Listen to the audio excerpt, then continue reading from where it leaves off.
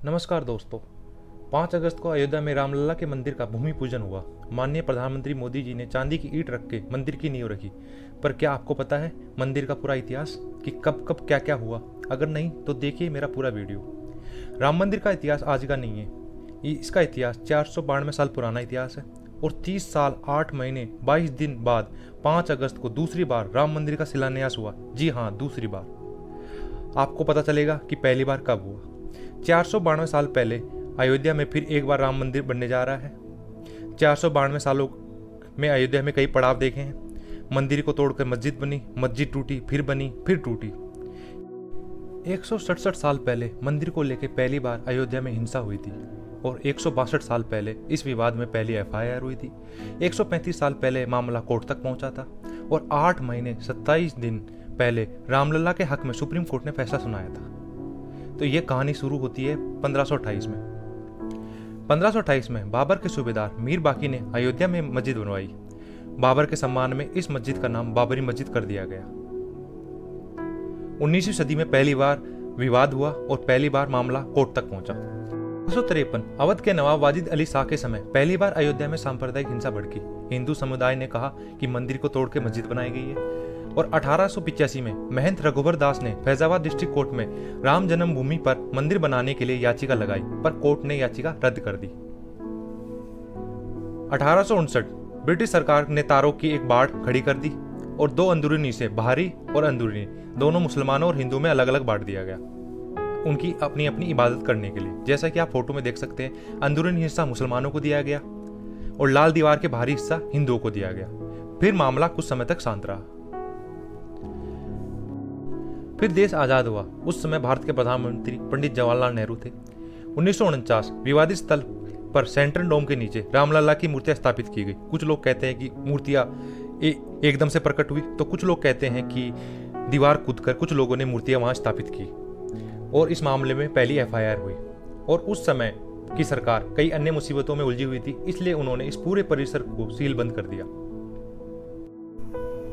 फिर 1950 में हिंदू महासभा के वकील गोपाल विरासत और परमहंस रामचंद्र दास ने फैजाबाद जिला अदालत में अर्जी दाखिल कर रामलला की मूर्ति की पूजा का अधिकार देने की मांग की और 1959 निर्मोही अखाड़े ने विवादित स्थल पर अपना मालिकाना हक जताया और 1961 सुन्नी वक्फ बोर्ड सेंट्रल ने मूर्ति स्थापित किए जाने के खिलाफ कोर्ट में अर्जी लगाई और मस्जिद व आसपास की जमीन पर अपना हक जताया।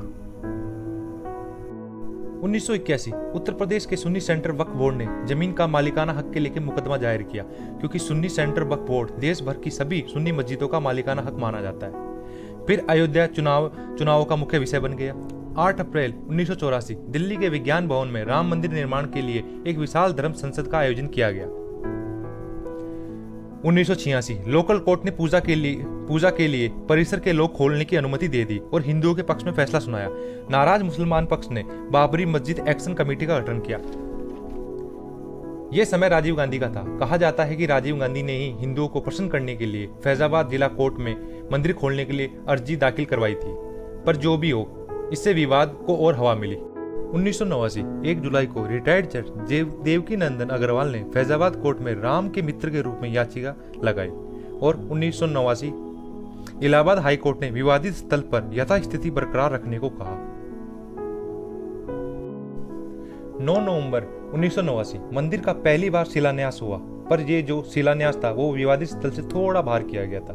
दलित समुदाय के कामेश्वर चौपाल ने पहली ईंट रखी। कामेश्वर अब श्री राम जन्मभूमि तीर्थ क्षेत्र ट्रस्ट के सदस्य हैं। 1990 लालकृष्ण आडवाणी ने देश भर में राम मंदिर के लिए समर्थन जुटाने के लिए गुजरात के सोमनाथ से उत्तर प्रदेश के अयोध्या तक रथ यात्रा निकाली। फोटो में आप उस रथ यात्रा को देख सकते हैं। इसमें आपको आज के प्रधानमंत्री नरेंद्र मोदी भी दिख रहे होंगे।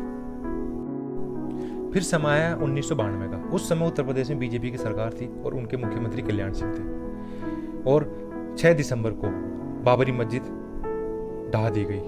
नतीजा यह हुआ कि पूरे देश में सांप्रदायिक दंगे हुए और कई सैकड़ों लोगों की जान गई। लगभग ऐसा माना जाता है कि 2000 लोगों की उन दंगों में जान गई थी। फोटो में आप देख सकते हैं बाबरी मस्जिद पहले और ढहाए जाने के समय और ढहाए जाने के बाद। उस समय देश में कांग्रेस की सरकार थी और देश के प्रधानमंत्री नरसिम्हा राव थे। नरसिम्हा राव ने इस बात से नाराज होकर उत्तर प्रदेश सरकार को बर्खास्त कर दिया। और 16 दिसंबर 1992 को विवादित ढांचे की तोड़फोड़ के लिए जिम्मेदार स्थितियों की जांच करने के लिए लिब्रान आयोग बनाया गया। 1993 में केंद्र ने विवादित इलाके के आसपास की 67.7 एकड़ इलाके को अपने कब्जे में ले लिया। 1994 में केंद्र ने फैसले के खिलाफ लगी एक याचिका पर सुनवाई करते हुए सुप्रीम कोर्ट ने कहा कि इस्लाम में नमाज कहीं भी पढ़ी जा सकती है, इसके लिए मस्जिद का होना जरूरी नहीं है। 2002 इलाहाबाद हाई कोर्ट ने विवादित ढांचे वाली जमीन के मालिकाना हक को लेकर दायर याचिकाओं पर सुनवाई शुरू की। 2003 में सुप्रीम कोर्ट ने विवादित क्षेत्र में किसी भी तरह की धार्मिक गतिविधियों पर रोक लगा दी और आर्कियोलॉजी सर्वे ऑफ इंडिया से वहां की जमीन की खुदाई करने के लिए कहा। और आर्कियोलॉजी सर्वे ऑफ इंडिया ने वहां की खुदाई की और खुदाई में यह बात मानी गई कि यह मस्जिद किसी पुराने ढांचे पर बनाई गई थी। और 2009 में लिब्रान आयोग ने अपनी रिपोर्ट सौंपी जिसमें 68 लोगों पर कार्रवाई की उन्होंने सिफारिश की, जिसमें पूर्व प्रधानमंत्री अटल बिहारी वाजपेयी, लाल कृष्ण आडवाणी और मुरली मनोहर जैसे बड़े बीजेपी नेताओं के नाम शामिल थे। 2010 इलाहाबाद हाई कोर्ट ने 2-1 के फैसले से इस मामले की सुनवाई की और फैसला सुनाया। पूरी जमीन को 3 भागों में बांट दिए गए। एक भाग सुन्नी वक्फ बोर्ड को दे दी गई, एक भाग निर्मोही अखाड़े को और एक भाग रामलल्ला के बीच में बांट दी गई। परंतु किसी भी पक्ष ने यह फैसला स्वीकार नहीं किया और मामला इस तरह सुप्रीम कोर्ट पहुंच गया हाई कोर्ट से।